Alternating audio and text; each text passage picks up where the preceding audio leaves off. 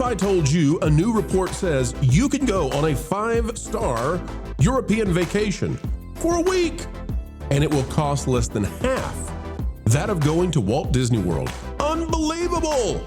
Today we'll explain, is it real, is it true, and what does it mean for you and your family with your next vacay.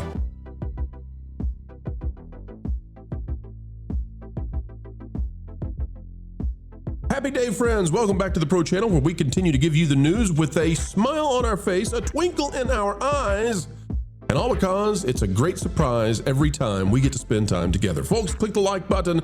Let's talk about Disney World doubling the price of a European vacation, and not just backpacking it either. No. We're talking about Michelin restaurants. We're talking about 5-star hotels. Wow. Are you ready to spend even more than that? Twice as much to go to the House of Mouse? Click the like button. Let's dive in. The prices for Walt Disney World have now hit a ceiling that most people cannot afford, and it's getting crazy out there. It's getting insane. How insane is it? Well, the Wall Street Apes are reporting this is actually insane. And since they said it, well, I'll say it too. An American will say, booked a Disney World vacation for his family, and then he also booked one to go to Europe and stay in 5-star hotels and eat at Michelin star restaurants across Europe. Folks, you won't believe how much more expensive Disney was. Here we go. Here's the video. So I just finished booking my family's Disney vacation, right? It's for my daughter's 3rd birthday. And I want to explain to you how insane these prices are, okay? A few weeks ago, By the way, I need to explain the strategy of this man for those of you who don't know. This man is pointing up at his ceiling. He wants you to know the intricate details in his ceiling so that you will realize he is legit rich, okay? Go back and just watch the play, okay? He's pointed up to the ceiling for a reason. Here you go. Insane these prices are, okay? A few weeks ago, I just flew my entire family, across the world for a ski vacation to Courchevel, France, it's called Les Trois Vallées, which is the largest ski area in the world. Flew them across the world, got them new gear for snowboarding, private lessons, stayed in 5-star hotels, ate at amazing restaurants, 2 of them Michelin star restaurants. All of that in France and Switzerland, right? Half the price of taking my family to Disney World and Universal Studios for 5 days. Really think about that for a second. You can take your family to Europe, right? Fly business class, eat in Michelin star restaurants, 5-star hotels for half the price than Disney World. Wowza. Now, Andy, what makes this worse is apparently the exchange rate is not great for going to Europe right now. I guess, I don't know. It makes it actually more impressive that this is such a disparity. Andy, you don't have to go to World Showcase at Epcot. You can literally go check out the countries themselves for half the price. And why has Disney done this to themselves? And will they finally slow down escaping inflation to this degree? This isn't a new strategy. I saw this when I used to work in the supermarket business. You get a company who decides that they're going to appeal to the boutique shopper and go for high-end merchandise. Sooner or later, people that have money start to realize like they can have somebody else do their shopping for them and get a better price on it, and that strategy falls away. Your core is always in more sales, and that means volume. Volume means reasonable prices for people. As we see things right now, it's gotten to a point where the average person really, really struggles for things. I mean, when I took my kids to Disney World, like every few years, back in the late 2020, up to 2010, 2012. It was pretty reasonable. You had the passes where you could, the park hopper passes that weren't like super expensive, and we were able to do that. This idea of them pricing out the riffraff down there and appealing to the elites is a short-sighted, short-term infusion of cash to cover their other sins. If they don't correct this and Universal keeps making content for younger crowds, I think Disney will eventually fall into obscurity. It will take a while, but eventually, we've seen Sears and Roebuck. People thought that would always be an American staple. Kmart, all of these big institutions once thought that they were Disney and couldn't be touched. but they were wrong. I want to go to an example right now because people are saying, well, how much did it cost and how much does it cost to go to Disney? I want to break this down for you. Back in 2024, there's an article out here out of Emily M. Krause. It says, how much does it cost for a family trip to Europe? It says, our family took a 2-week European vacation this summer to Italy and Greece. I hope they took Chevy Chase. It says, we had been saving for the trip for 3 years. You get it, yada, yada, yada. Okay, let's go down. How much did it cost? How much did it cost? Do we have an answer? Where's the answer? It's all the way down here. The total cost of our trip to Italy and Greece with 4 kids for 2 weeks was $13,770. That works out to around $2,295 per person. But again, for 2 weeks, okay? For 2 weeks. So if we cut that down to 1 week, okay? 1 week. I know it doesn't change the cost of the airfare, but it's gonna reduce it down to $1,500, whatever. And all you gotta know, folks, is that there is no way, in my estimation at this point, to go to Walt Disney World for less than $1,000 per day. There's just no way. There's just no way. Because it's $200 for a ticket to get in there. Plus you got to consider hotel. Plus you got to consider the cost of food. Now, you could be frugal and you can try to get it down a little bit lower, but for a family of 4, there's no way to go for less than $1,000 a day. Okay, so 5 days is going to cost you $5,000 minimum, and that is just scrapping by. Okay, so at $13,000 for 2 weeks, we're getting pretty on par. And you got to remember this came out in 2024. So you could argue, you could say, well, it's not twice as much. It's not. The fact that it's comparable, the fact that you could fly halfway across the world and go do all the real stuff and go to the fanciest restaurants in Europe, and it's still going to be more expensive. We can debate how much, but whiz, why are families doing this to themselves? Why?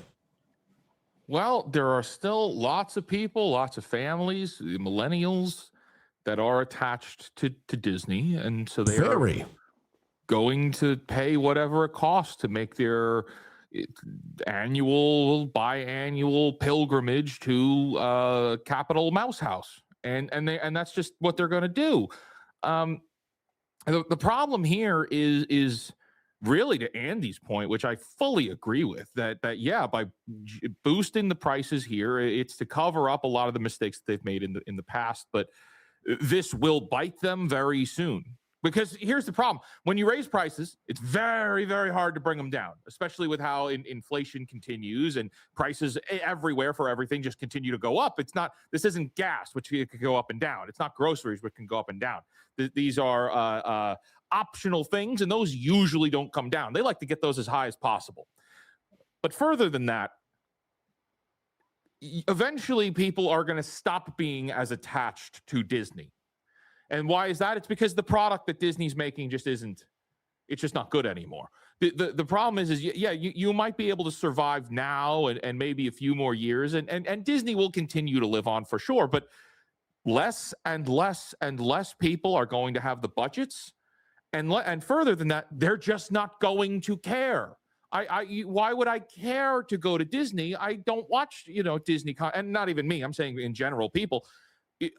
Disney, we don't watch Disney here. We don't watch Disney in this house. We don't watch Disney movies. We don't have Disney Plus.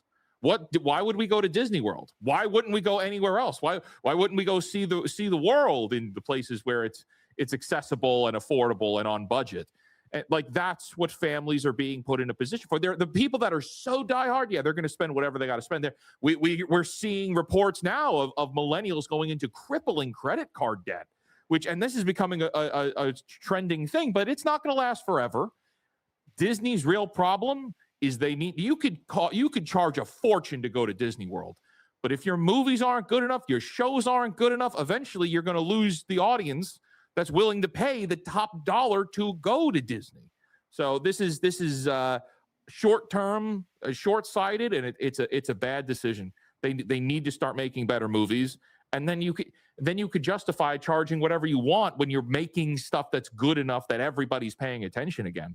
But for every franchise Disney has right now is in some degree of being flushed. That's what's happening. You're exactly right. One of the strangest strategies they have is that at the same time these prices are so high and people who don't know are paying for it, Every single week, there's some new discount that comes out. Disney Tourist Blog, Tom Brecker's reporting on this one. Disney World's biggest and best 2026 discount on resorts expanded recent DCL guests. So now if you're a Disney Cruise Line guest, how much can you get off? You can get the buy 4, get 2 free discount, offering up to 25% off and 30% off of select hotels at Disney World. They're offering free dining plans for kids. They're offering all this stuff, but you got to know about it. And the idea is that those who don't know about it pay the full price, and those who are on the edge, they have to go search for these discounts. And they've turned Disney World into like Hobby Lobby, where every other week something is half off. And it's a strange strategy, Lauren, because we're not talking about going and buying a $15 frame from Hobby Lobby. We're talking about a vacation that can cost, as much as a car, as much as a vehicle, a new car purchase. And it's a horrible way to run to run the pricing for parents trying to take their kids to the castle. Well, part of what you're seeing, I think, this is just a personal opinion, but there comes a point when somebody has built something, when they put something together that they put their blood, their sweat, and their tears into, and eventually it becomes a success. That is something that is theirs. It becomes a part of their identity. But when you try and pass something on to a next generation, unless they have a specific attachment to it, it's just a thing.